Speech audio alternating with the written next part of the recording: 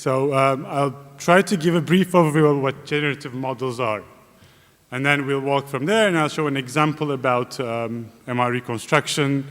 Julia did the nice introduction, and we'll build on that. Following suit, I first thank the students and postdocs and collaborators and grant agencies who make these works possible.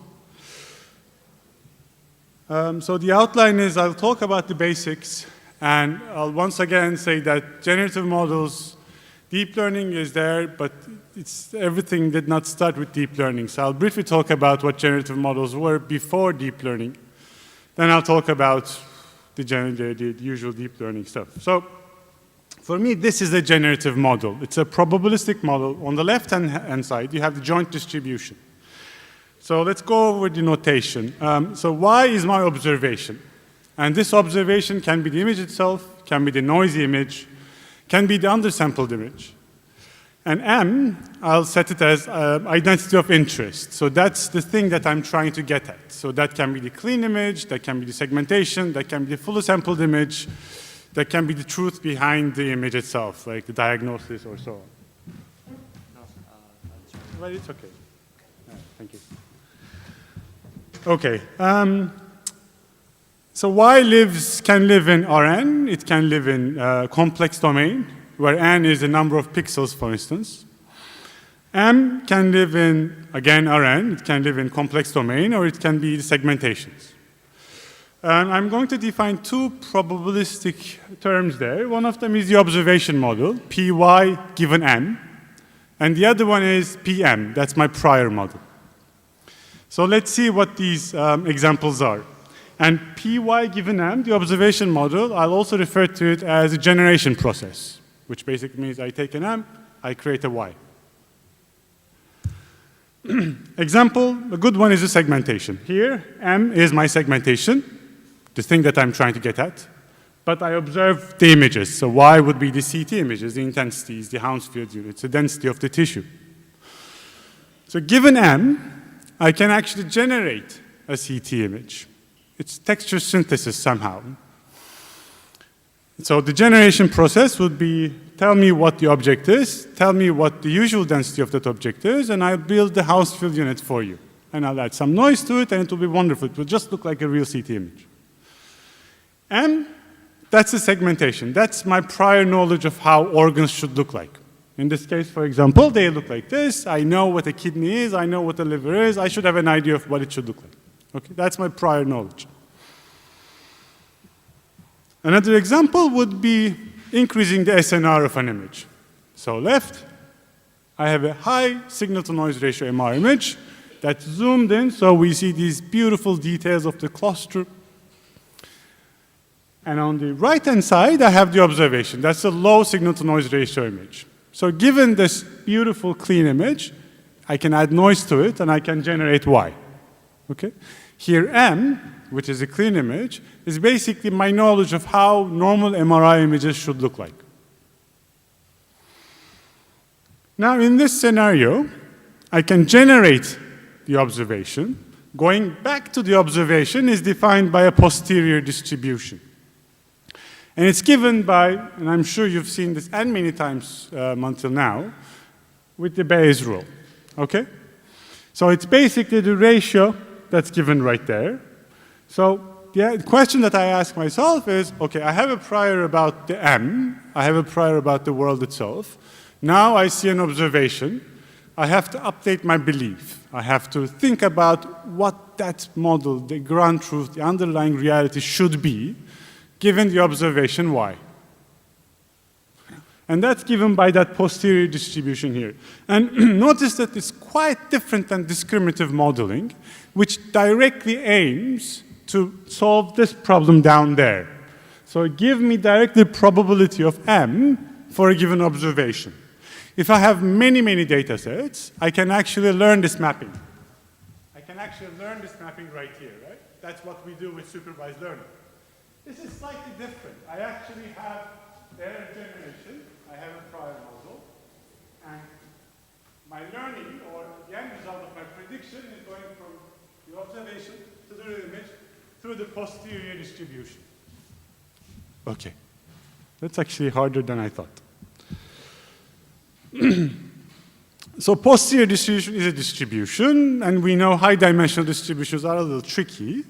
So instead, most of the time, we, give ourselves a little easy time, and instead of finding the distribution itself, we may go, for example, with the map estimation, the maximum a posteriori model.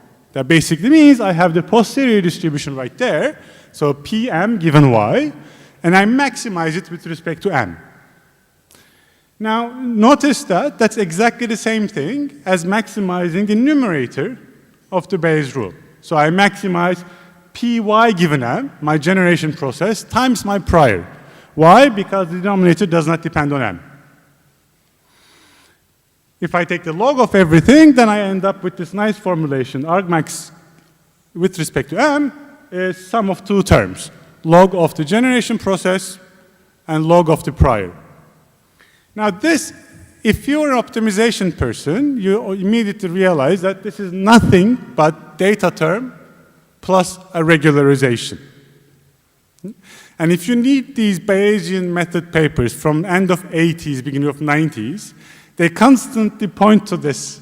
They say, you know what, actually when you do regularization, the only thing you do is a prior. So, wow, the world is wonderful if I only had the prior itself. A very simple example is the ridge regression. Let's say T is my target, X is my data, W is the vector that I'm trying to get at. That's the reality. That's the life itself I'm trying to find. My model can be, for example, well, I use a regularization as a square norm of that W vector, which if you think about it is simply the Gaussian term. Okay? The log of the Gaussian term. Okay. Mathematically, it's good, but let's try to get an intuitive understanding of what it is. Okay, so we have here the image on the left. It's a fully sampled MR image like the ones Julia showed for heart, but this isn't for the brain. On the right-hand side, I have another image that was acquired with getting much fewer number of measurements, so it has some artifacts. Like noise, but they're aliasing artifacts. I have my generation process, basically means if I have this image, if I have the case-space data of this image, I can generate that image right there. And then the posterior distribution is the thing that we talked about. And for simplicity, let's assume that Y and M are image patches rather than entire images, so we can actually see what's happening. This is how we see the world. So the blob you see right there at the top, the gray blob, it's the images that satisfy the observations. So that's a blob in the image space, which is the entire slide. Okay? So this is my image space, that's the blob. The colors are not super, but at the center of it, the blob has exactly the same density everywhere. That basically means there's an area in the image space that satisfies the observations perfectly. Why? Well, it's very reasonable. I had few measurements. There might be many images that satisfy those measurements. If I have more and more measurements, that blob shrinks. This thing right here is the space of plausible images. This does not cover the entire space of images that are possible, all images. These are plausible images. So let's see what it looks like. Let's take a point right there. On the left, I see you patches from MRI, from brain MRI, from the plausible image set. And on the right, I'll show you the images that may be coming from that X. It's all noise, but that's fine. That's 2D images. Those patches are just as image as these patches. They're just not plausible. Good. Let's look at another region. Let's look at somewhere actually that's closer to that ball, where actually we're interested. And if I do very simple methods, I take the case space data, for example, undersampled, I apply zero filling, inverse Fourier transform, I would get patches right over there. They look like this. So on the left, I have clean patches. On the right, I have patches with artifacts. Okay? Good. So the region that I'm interested in is actually this red area. Because this is the area that intersects, that's the intersection between the plausible images and images that satisfy an observation. So posterior distribution lies there, and the map estimate lies there. So I want to get to that. As an example, this is what it would look like. So on the left, I have the real image. In the middle, I have the observed image.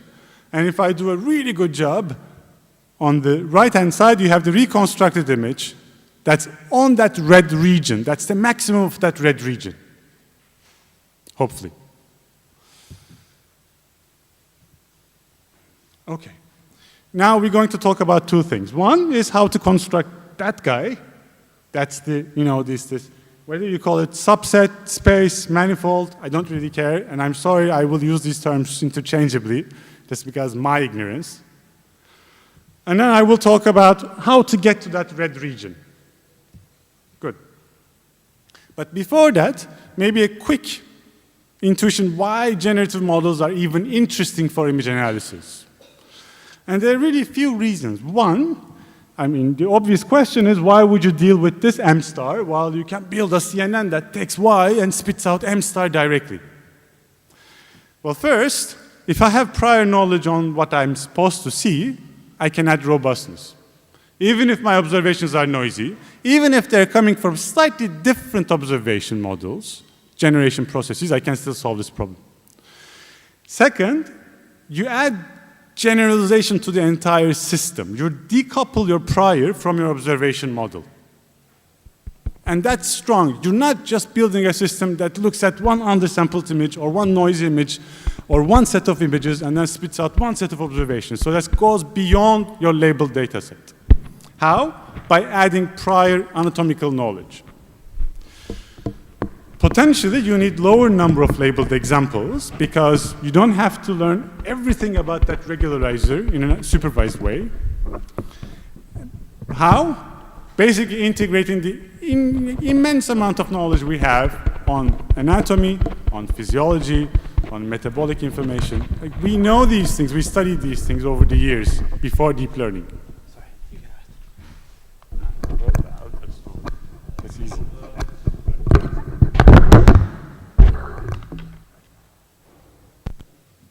Okay. So let's see some examples, right? The deep learning is good, and I'll talk about that. But before that, let's see some examples how we solved this problem in the past. And the three big examples in my mind are atlas-based segmentation, shape models, and image enhancement.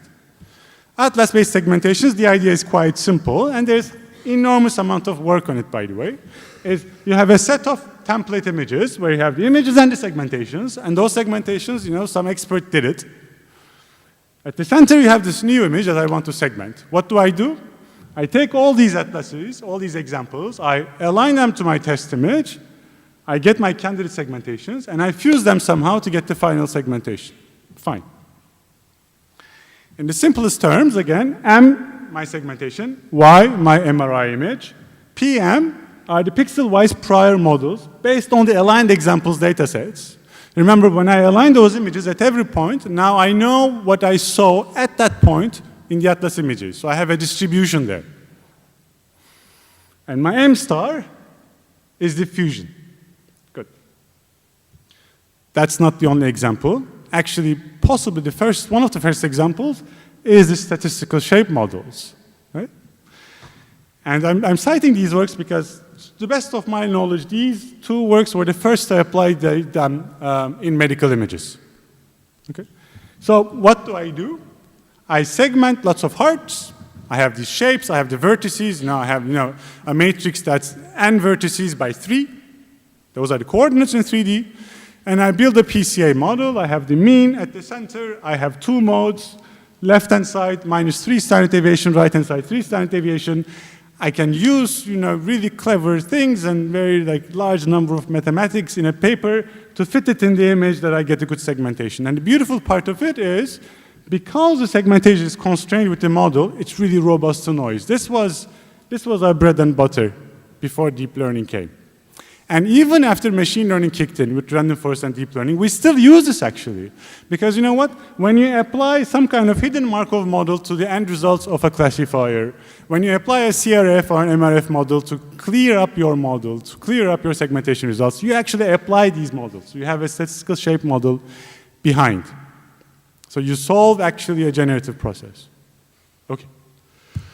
The last one, which to the best of my knowledge is the first generative modeling ideas that was introduced in medical imaging, are the image enhancement. I have the image on the left, clean, nice M image. I only see the observation on the Y. How do I go back? Simple question. Now, you have two views, and this field has moved on very, very quickly, especially in signal processing, image processing area. First, let's define the data term.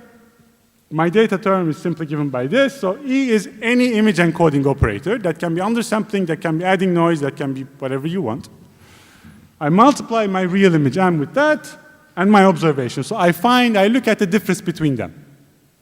Can anyone tell me what that model, what that, this Euclidean distance actually relate to in terms of probabilities? Well, that's the Gaussian model. That's a quadratic. That's the log of a Gaussian model. I assume that the noise is Gaussian distributed. Good. ln, M, the prior model on the right-hand side, that's the question. So what do these early works did?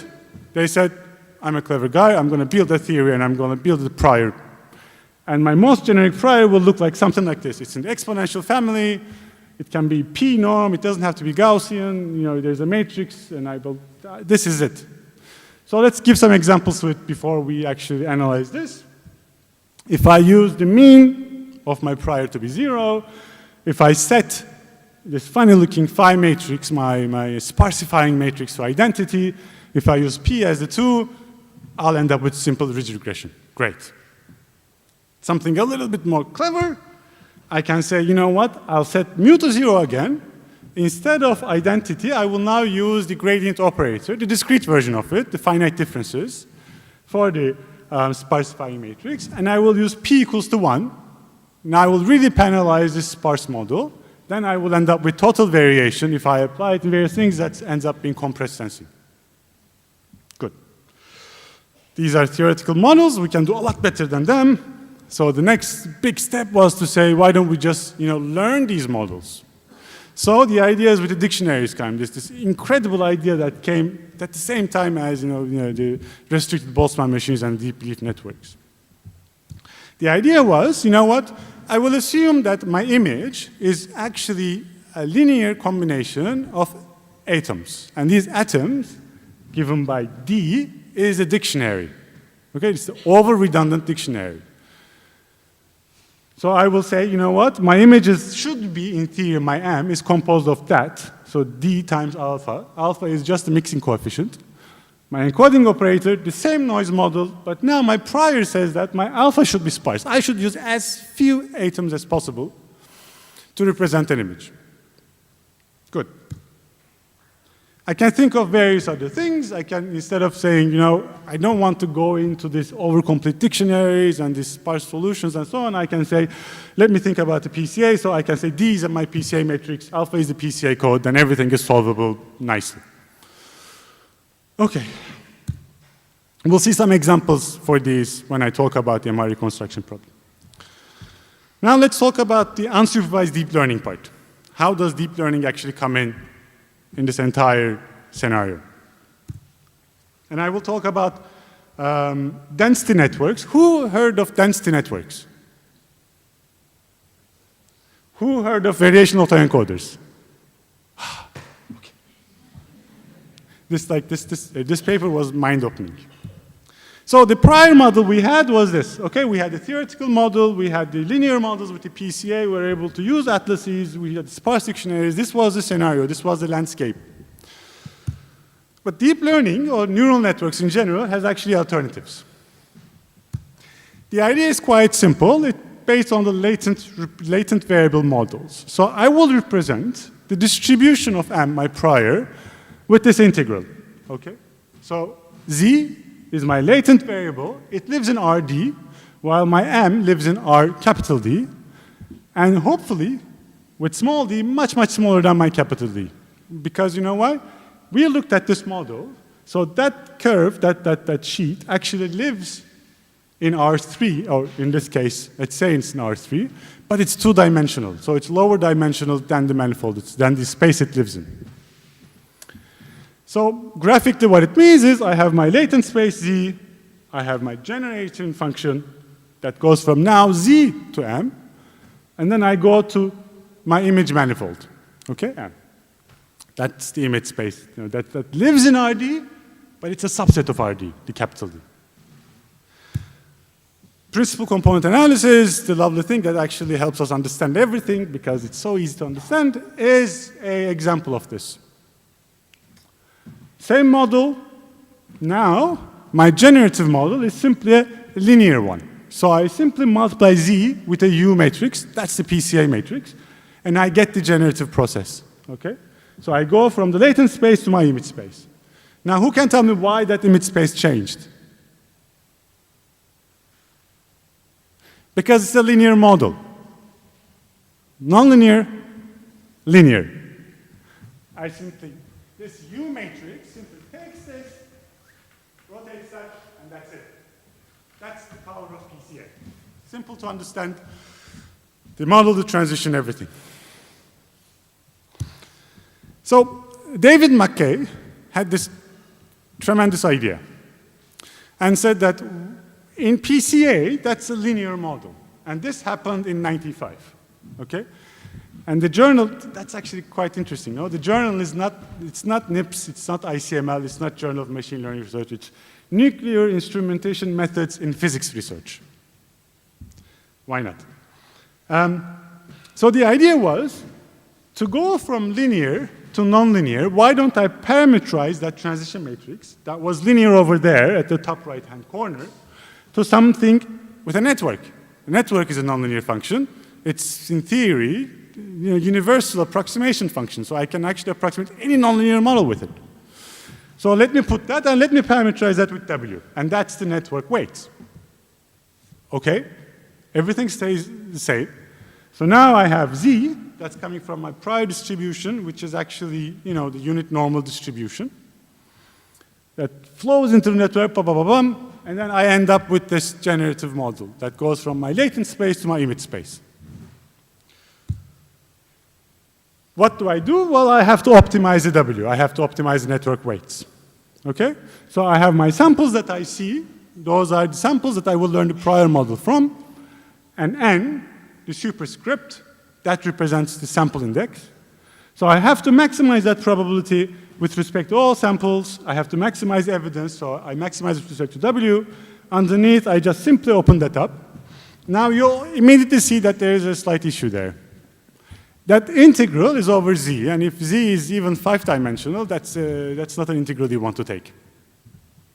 If it's 60-dimensional, So what did he do? He said, why don't I use Monte Carlo? So take that integral, instead of evaluating it analytically or to the best way possible, he said, I will use Monte Carlo sampling. I will sample from Z or PZ, and I will simply evaluate this sum. Nice. Now, for a very large dimensional problem, the sampling was not efficient, so McKay said, actually, you know what? I can use importance sampling. And this is important because this is the point where he said actually variational autoencoders is a possibility. And let's see how that happened. So variational autoencoders is really based on this idea of density networks, and it just simply replaces Monte Carlo sampling with variational inference. In an alternative view of everything, it simply replaces Monte Carlo sampling with importance sampling. So I will do this derivation from the importance sampling point of view. I will start exactly from the same location. Notice that I added a little theta there, the chica theta. That's basically saying that I will have two networks. So that's the parameterization of the generative network that goes from latent space to the image space. Now, let me add this Q. That's my sampling distribution that I would use in importance sampling. That's also my approximate distribution for the posterior, the real posterior of Z, right there. Okay? So I can do this because, in theory, that division is 1. Now let me employ Jensen's inequality, and you know what? That I can turn into this guy. Now this looks familiar, isn't it? This actually is the simple variation autoencoder model. Let me write it like this, so much simpler. Here I have the first term, expected loss of the observations over Z after this transformation, and I have the KL divergence between the approximate posterior and my prior model.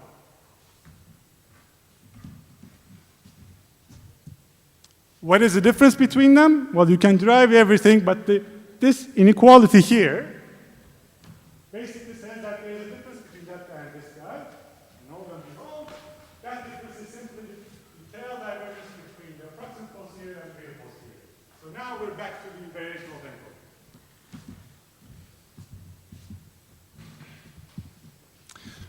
So, practically, what do? I had this model already. McKay said this. Now I have this model.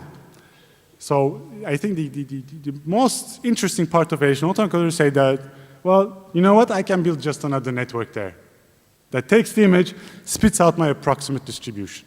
Approximate posterior, my sampling distribution. And what do? Very similar. I try to optimize with respect to, I see all the samples, and I try to optimize all the parameters of the network with respect to the samples that I see. Now I have two networks, and assuming Gaussian distributions like the ones in the paper, I have the approximate posterior, Gaussian, mean, covariance, depends on Z's. I have my latent image space generation process, Gaussian, mean, covariance, and my prior model, nice unit ball. So what do? I simply solve this problem.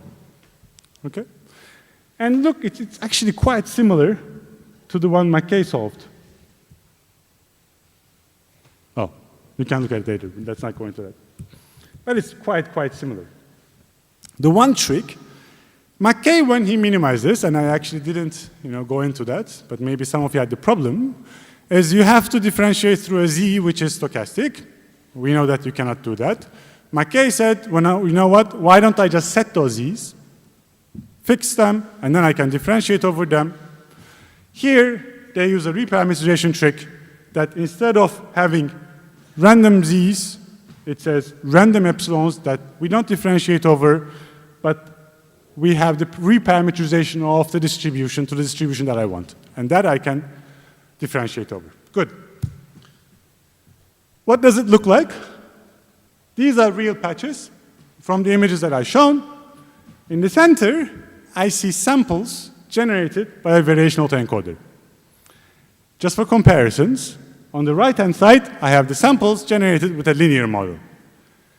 This is why a nonlinear model is so much better than a linear model. Look at this. This is what the algorithm hallucinated. It put the gray matter in the right place, the white matter in the right place. They understand nice intensities. It has the CSF right there. It even has these beautiful curves. You might say, but you know what? I can use a better PCA and solve this. It actually gets worse. Now, the generative adversarial network is the second way of doing it, but this is slightly different, isn't it? The idea is actually, it's not really a probabilistic model. It doesn't really formulate everything as an explicit model. Instead, it says, I will generate a tool that can sample from data distribution. I think Sebastian Novotny in his paper nicely puts it as neural sampler. And it is a neural sampler. It's not actually a generative model. So what it does is, it has this model.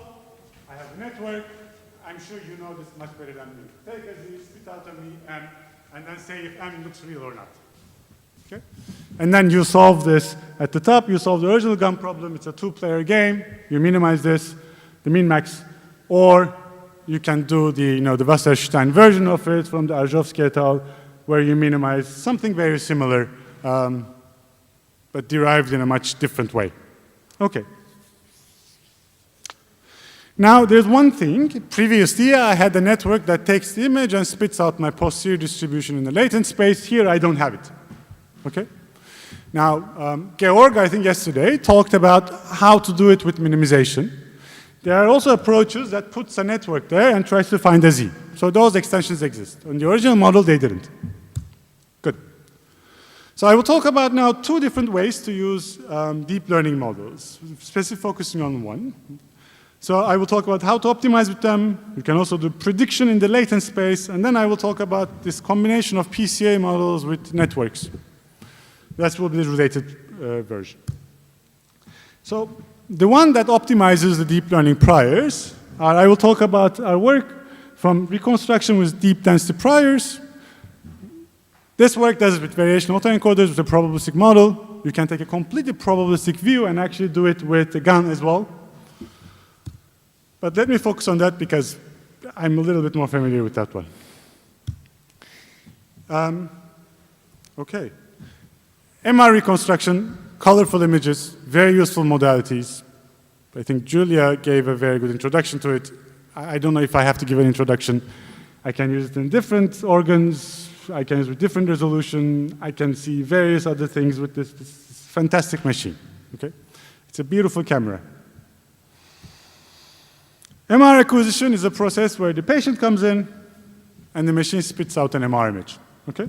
It's a long process. It involves lots of physics and engineering. And at the very end, I have the reconstruction model.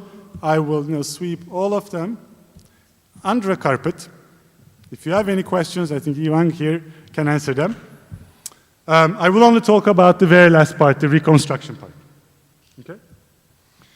The very simplistic view of MR reconstruction, I have the case space data, that's Fourier transform. I apply an inverse Fourier transform, and I get the image. And I only show the magnitude image here for simplicity. Okay, this is the measurements that I get. All those measurements cost time. An MR measure 3D MP image takes about 7.5 minutes, 8 minutes with a 3T machine. If I can get this amount of data, like reduce the number of measurements, I can actually speed this process up to 1 minute, to 50 seconds, to 30 seconds, ideally maybe 2 seconds, like a CT machine. That would be great. The cost is seen on the right. The image gets blurry. Now I have the artifacts. It gets horrible. But it's good. It's an image analysis problem. I have to get back. So the question is simple. I have the fully sampled image. I have the undersampled image. I see only the undersampled image. That's my observation. I want to get back to M. Why? I want reconstruction, segmentation, quantification, all these things. Focus on the reconstruction again. So let's build our Bayesian model. I have Y, the observation model. I again have an E. That's my encoding matrix. Now it's slightly bit more complicated. It's in complex domain. Here I don't show it for multiple coils, but you can think of it in multiple coils. You can really complicate it. It includes Fourier transform. It includes undersampling. It may include sensitivities. And I have the noise model right there. That's the epsilon. That's eta. And that I will assume that's actually coming from Gaussian distribution. And that we have a roughly good idea. In the complex domain, the noise of an MR machine is roughly thermal noise. That's roughly Gaussian. Okay? When you transfer it to an image domain, it's no longer Gaussian. That's Ricean, horrible distribution to deal with. But that's easy. What I will do, I have my posterior distribution, my initial belief. I see my observations Y. M is the fully sampled prior. I want to update my belief. And we've seen all this. What I want to do, I will solve the map problem. Okay? I will maximize the M. That basically maximizes my current belief and the observations I show after my belief after I see the observations. And notice this as well, because this problem is not new. There has been so much work on this. Okay? Now, the optimization problem, we have this, this graph again. Here we have the data observation model. That I have a good idea. I said thermal noise, Gaussian. That's a little bit more tricky. So how do we do this? And again, many, many different ways. Someone said that, why don't we use total variation and sparse compressed sensing? That works very well. So now, instead of PM, I simply use a Laplace distribution. I can say that, you know what, why don't I estimate PM from using kernel density estimation? I mean, that I know how to do. I can use PCA. We've seen that that kind of works, and that has been done. And very recently, I can use dictionary learning and sparse dictionary learning because they showed that it works really well for image restoration. So it must work really well for this as well. Let's apply them. This is what happens. So top left, original image, fully sampled, undersampled image, image that I solve with total variation, image that I solve with dictionary learning and sparse dictionary learning algorithm. It's hard to see anything from here. Let me zoom. This is the result you get. So roughly, it looks okay. Right? The total variation looks a little cartoonish, expected. Dictionary learning is amazing. And that actually works really, really well. How can we improve on this? Obviously, we just talked about how to do priors with deep learning. Let's do a prior with deep learning. We use variational autoencoder model. Remember, that's the latent nonlinear model that corresponds to PCA when the latent space to image space transformation is linear. Now, what do? We take this model, we train the network with fully sampled, high-quality images. We use Gaussian distributions at both parts of the model itself. And what do we get? We get the prior distribution of healthy, fully sampled image patches. We've seen this picture as well. We can actually do it. Just to put it there, just to remind you. So, okay, we end up with this scenario. Right? We have two parts of the map problem. Here we have the observation model, image prior, observation model, image prior. Great. Two things to note. My prior is approximate. Okay. I mean, it's variational autoencoder. It's still a model. It's not reality. I wish they were closer, but it's slightly far away. That's just, it is. We have to accept it. But the nice thing, it's differentiable. So I can do all the tricks of, taking gradient steps over the prior and trying to optimize things. And that's exactly what we're going to do. We will start there. So observations, I zero-filled the measurements that I didn't see, did the inverse Fourier transform, I end up there. I take approximate steps towards my high prior area, goes down there. I'm now far away from observation.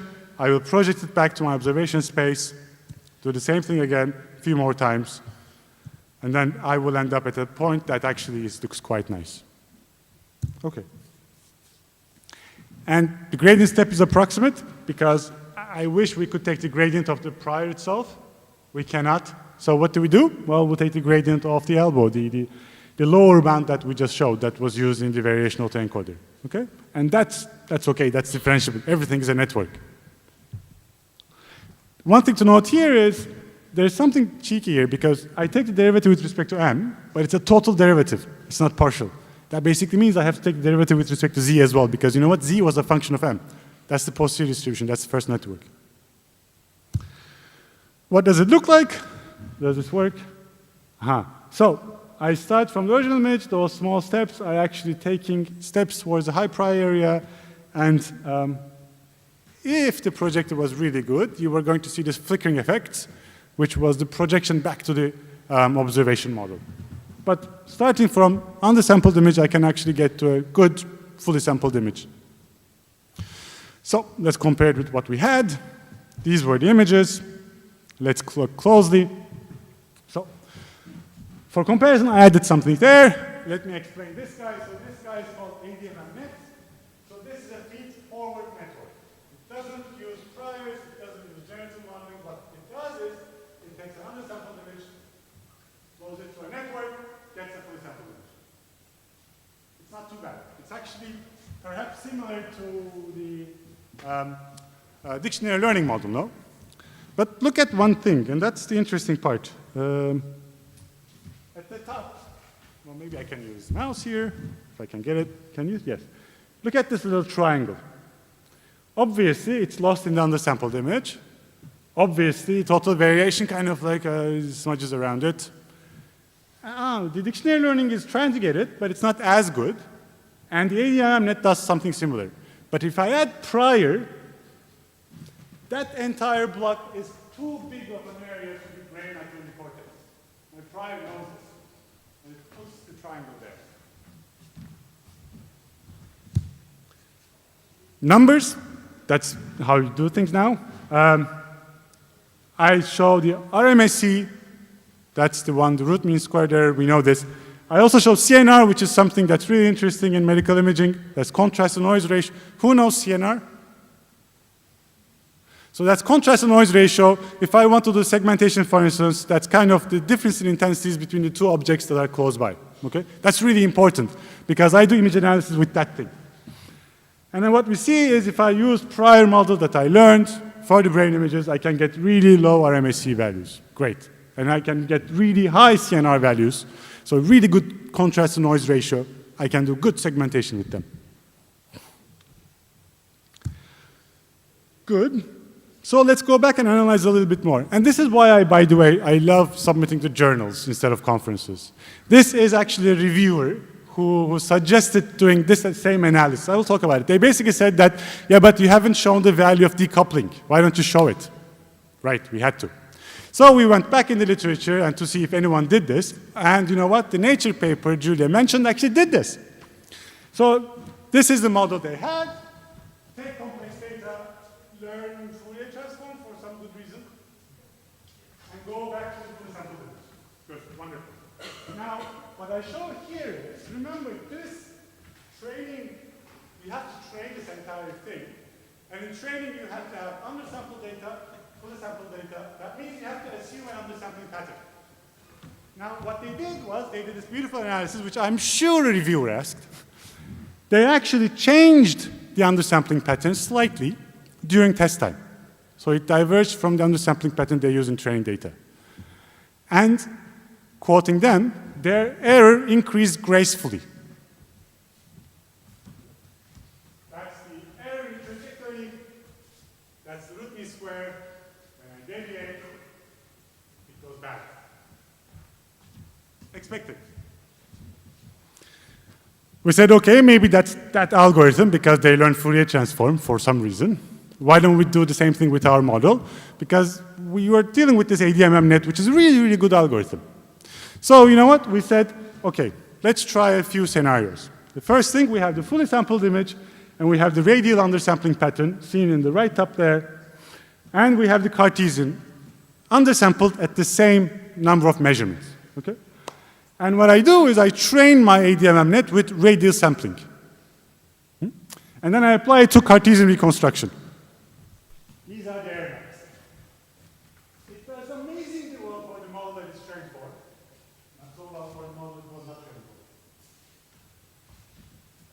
for. In terms of numbers, there are a few more cases here. So what I show here in these plots is the RMSE. So here's the training. I trained with Cartesian undersampling pattern 2 times. Test with Cartesian undersampling pattern 2 times. Great. When I tested, you know, undersampling pattern in Cartesian means that's also random. Huh? I have to choose those lines. I can choose them any way I want. The model actually works quite well, even if I change these lines. Great. But then things get a bit tricky. If I train my model with 2 undersampling and test in 2 undersampling, I get low error. If I train the model with 4 undersampling and test with 2 undersampling, the error increases a lot. That test is the same. It shouldn't change. And actually, if you do prior, if you decouple the prior from the observation, your error is flat. Okay. Now, I have to put this up because actually MR acquisition is complex. I've never talked about the phase because it's difficult to talk about the phase, but everything you see here is actually down phase. The same model can reconstruct the phase itself. Okay? These are basically data set we acquired, take the image, undersample it nicely, a good way, or prospective undersampling, and you can reconstruct the magnitude and the phase. Now you might be asking, okay, this is useful, but you know, you've always showed healthy images. What happens with, oh, by the way, these images also are not coming from the training set, right? These are, there's domain shift and everything here. what happens when I apply the same thing with a data set that has lesions? Completely different domain. What we did was we take images from ADNI. Now, for those of you who don't know, those black areas are white matter lesions that happen as you get old. They happen even more frequently when you have Alzheimer's or from some sort of dementia. We undersampled it and used the model to reconstruct it. Here, there. It's not too bad. Actually, it's able to transfer information. It's able to take into account the observations really well. But this is just small lesions. Huh? I have no idea what happens with the tumor. We'll see. Okay. So let's talk about the second alternative here, because actually they do something very similar, and they take a very, very different view. It's actually a very nice view. They say we can do the same thing with a GAN. And they forget about the probabilistic model because they're optimization people. If you're an optimization people, I think it was Stephen Boyd who said at one point you'll all realize that all you do is an optimization in your academic career, but it's okay. So they say that this is the model I will minimize. Now, look at the notation, it's slightly different. I have my observation model there. I will minimize it with respect to M, but it's more than M. M is a member of the image manifold. It's a constraint optimization problem. It's almost like adding a prior. So M is my space of plausible images. They solve this optimization exactly in two steps. They say first, I will take gradient steps towards the observation, blah, blah, blah, blah. I will try to minimize divergence with what I observe, what I model. Second, I will do projection to data manifold. And this is what Georg talked about yesterday. I find the latent space representation of a GAN that best describes my current step, current iteration. And I solve this minimization problem. I find Z. I feed it into generator. That image should lie in the image manifold. Let's go to this thing, because I really like thinking about very simple problems and geometric things. Otherwise, I don't get anything. We were there. Projection to the data manifold. It's a separate optimization. So what I do is, I'll go down there slowly. Now I have gradient step towards my observation. And this is the point where now I'll do wiggling up. All right? They showed examples, MNIST and faces, because I think they're very useful. Well, they're interesting for sure. So the problem they want to solve is they have the image and they want to sample with random Gaussian distributed points. So they start up there and they can reconstruct the 8 very nicely. Okay? So that's the idea. Gradient step, projection, gradient step, projection. When you do with the faces, what is fascinating is they also show that they can do so much better than sparse regression. This is the result of sparse regression. This is there. There's something interesting about this, and I think this is the problem with GANs, because multi-encoded models kind of try to minimize the L2 norm between observation and reconstruction. Here, they're slightly different people. Good. Now, we talked about optimization, but there's a recent CVPR work with Adrian, and who showed that actually, you know what? Maybe for this problem, you don't have to take gradient steps and so on. What you can do is you can directly predict in the latent space. Okay? I don't have any data consistency term now, so that has some problems with image reconstruction and denoising, but for segmentation, it's great. So what do? They learn a prior model, VAE, from segmentation to segmentation, and then they learn how to take an image and project it to the same latent space, and use the same decoder to get segmentation. So they constrain their predictions in the latent space, therefore in the prior. Okay. The two works that I want to talk about, which are related things, they're not really using deep learning for prior modeling, but they're very related. One of them is this work from Fausto Militari that appeared last year in MICAI. It's integrating statistical prior knowledge into convolutional neural networks. What they do is, remember this guy? Take the observation, spit out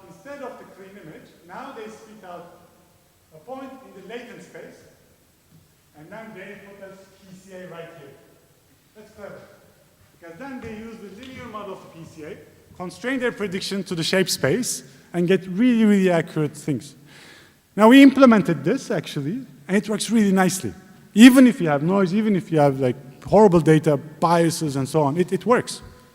So what we did was, we like probabilities, let's add uncertainties to this thing. So we added uncertainties. Katarina worked quite hard on this, and you can actually use a linear model. The beautiful thing about the PCA is, if I have this model, the uncertainty modeling with this is super easy. So instead of just getting, for example, predictions, which are the vectors here, I can now get uncertainties over those predictions. And I can track them. It's super easy to compute, takes milliseconds. The other related problem is something that Georg talked about yesterday. That's the outlier detection. Now, Georg gave the GAN view of it. I will give the autoencoder view of it. So Theoren, who's sitting, I think, somewhere there, what she did was, her idea was to say that, you know what, we have these images. Let me use a prior model, variation autoencoder, adversarial autoencoder, some autoencoder model, map it to the latent space, reconstruct it. The prior model is learned with images from healthy subjects. I will not be able to reconstruct these lesions, which appear to be tumors. So I will reconstruct some image that's clean, coming from the prior. If I look at the difference between the reconstruction and the image, I should get somehow the tumor. What you see there is the reconstruction errors, highlighting tumor area, and on the right side you have the ground truth segmentation. I will point out to something else, which is, man, this problem is really hard. Like really, really hard, actually. It's really not the supervised segmentation problem. What we did was we took these three big data sets, sorry. One of them is a ChemCan data set that's coming from Cambridge, an aging study in MRI. So you have images of T1 and T2 modality from healthy individuals. And then we take, because now we build that model, we have to break it. We take images of lesions. One of them is coming from Atlas dataset, so they are actually lesions that appear, small lesions after stroke, I believe. And then we have the Bratz dataset with the tumors. Examples, and we have the ground truth segmentations. So this problem is hard. It's really hard, because you want your model to work with a variety of lesions without knowing what they are. And there's domain shift. And this is it, there's domain shift. Like, sorry, you cannot get to it's not like I create a data set that has no domain shift, run the algorithm, find everything, there is domain shift. When I use an MR, a different MR, there will be domain shift. And you know what? This domain shift is so important in medical imaging. Like, this is the big problem that the startups deal with. I build an algorithm with my training set, I go to this hospital, they use it once, it doesn't work. So we evaluated many algorithms, autoencoders, denoising autoencoders, variation autoencoders, adversarial autoencoders, AlphaGAN, and we tried an atlas-based method.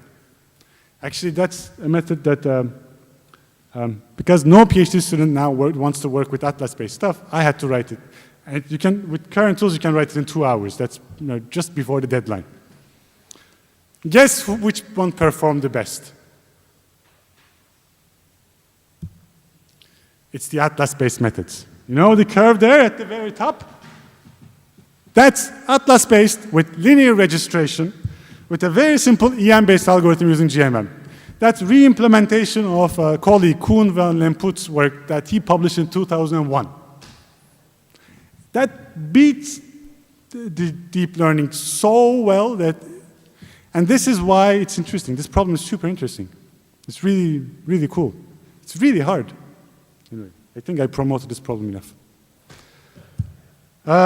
Thank you, and any questions, please.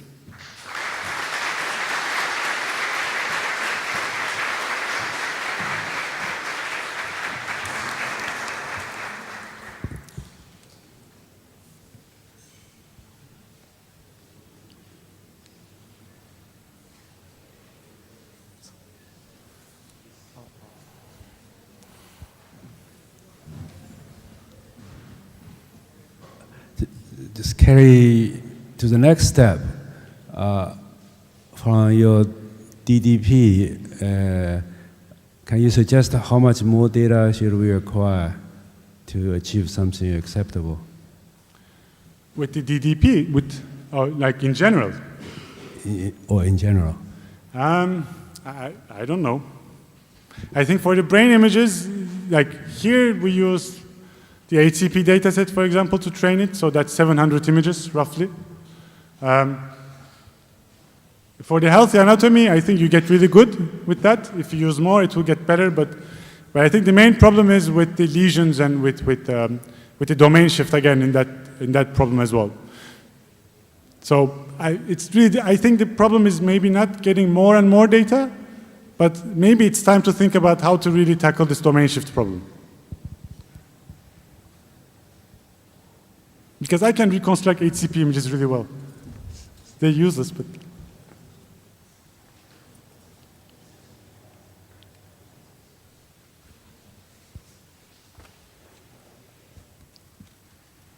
If there are no more questions, then...